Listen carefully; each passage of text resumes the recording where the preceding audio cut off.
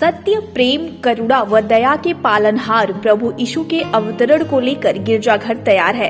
24 दिसंबर की मध्यरात्रि को प्रभु यीशु के अवतरण की प्रार्थना हुई। मुख्य आयोजन हजरतगंज के कैथेड्रल में होगा। फादर डोनाल्ड डिसूजा ने बताया कि धर्माध्यक्ष जेराल्ड जॉन मैथस के सानिध्य में पवित्र मिसा के साथ 24 दिसंबर को रात 10:30 बजे से पूजन शुरू हुआ। मध्यरात्रि 12 बजे अवतरण हुआ। प्रार्थना के बाद प्रभु यीशु के प्रतीक को गिरजाघर के बाहर चरनी में रखा गया। अवतरण की प्रार्थना में मात्र 400 लोगों को ही अनुमति मिली। वहीं 25 दिसंबर को सुबह 8 बजे से प्रार्थना हुई।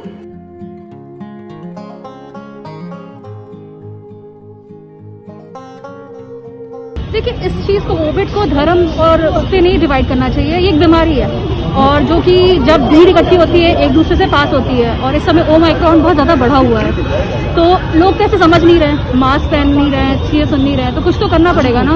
और it's not about festivity, it's about कि जब गैदरिंग ज्यादा होगी तब होगा, तो इसको जातिवाद में ना बांटे तो बेटर रहेगा। ठीक है, वैक्सीनेशन से लोग की डेथ रेट तो, मोर्टेलिटी रेट तो कम हो गया है, मगर बीमार तो लोग पड़ ही रहे हैं। अब हर किसी का इम्यूनिटी सिस्टम इतना स्ट्रांग तो होता नहीं है, तो हर पर्सन पे कोविड अलग तरीके से रिएक्ट करता है। तो आपने देखा कि इस बार लास्ट ईयर में यंगस्टर बहुत ज्यादा मरे थे, बल्कि बुजुर्ग लोग बच गए थे।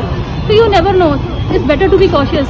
क्योंकि कोरोना 2 साल से आ रहा है और फिर एक बार में दस्तक ओमिक्रॉन दे चुका है, सबको पता है। इसको लेकर के उत्तर प्रदेश सरकार ने ऐलान किया है कि नाइट कर्फ्यू लगा दिया जाएगा, क्योंकि 25 दिसंबर ईसाइयों का बहुत बड़ा त्योहार होता है।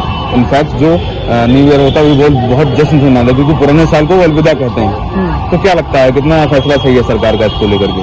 नहीं, अगर देखा जाए तो मतलब कोविड के हिसाब से तो बिल्कुल ही सही है, क्योंकि 25 और 1 जनवरी को पब्लिक गैदरिंग बहुत ज़्यादा हो जाती है। मना करते करते भी लोग मतलब पब्लिक गैदरिंग करते तो हैं।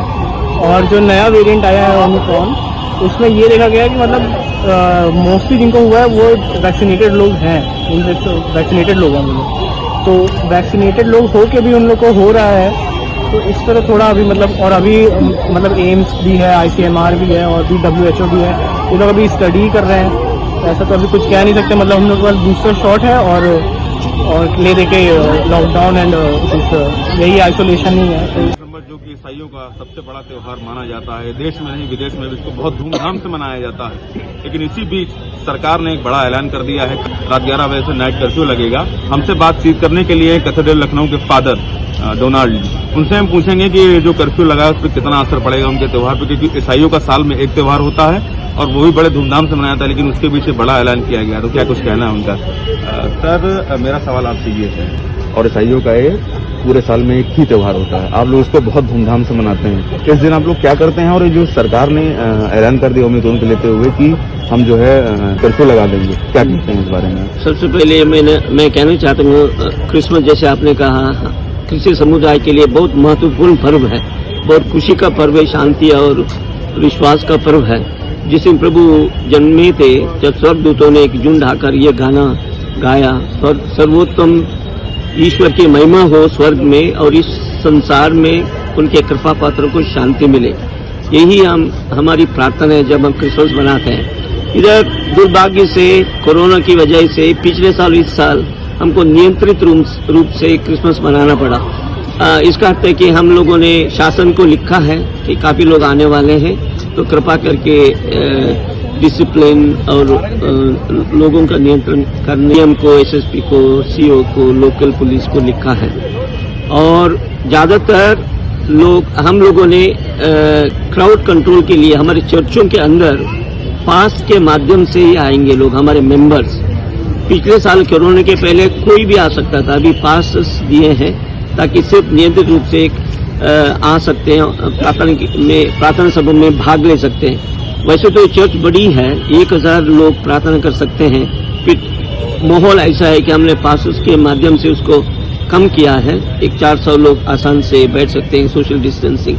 अब सब लोगों को पिछले 4 हफ्तों में हम बार बार कहते आए हैं, मास्क पहन के चर्च में आइए। जो भी सरकार के नियम है उनका पालन करना है। कम से 10 से 50 हजार तक लोग आते हैं आंगन में झांकियां देखने के लिए, डेकोरेशंस देख लिए, फोटो निकालने के लिए। ये खुशी का पर्व है, छुट्टी के दिन है, तो एक परंपरा है इधर लखनऊ में। काफी परिवार के लोग, सिर्फ ईसाई नहीं, दूसरे 99% दूसरे धर्मों के लोग आकर खुशी मनाते हैं।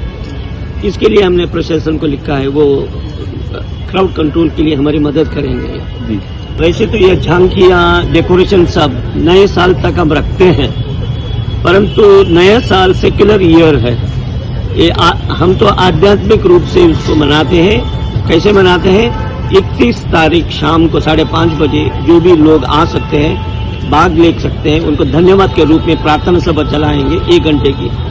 तो उसके बाद घर जाते हैं लोग, और 1 तारीख को जो आना चाहते हैं थोड़े समय के लिए प्रार्थना के लिए आते हैं।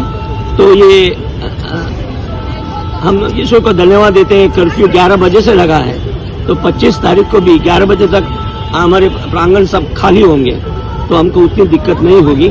बहुत दिक्कत होती थी अगर 26 को लगाते तो 25 से लगा है। हमारी लोगों की भलाई के लिए सरकार ने ये नियम लागू किए हैं, हम उसको पूर्ण रूप से पालन करेंगे। पूर्ण रूप से पालन करेंगे।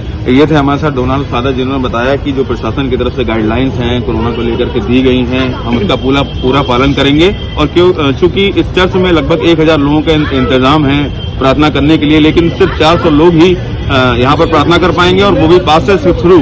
तो देखना होगा कि कितना दिलचस्प होता है ये कल का क्रिसमस डे।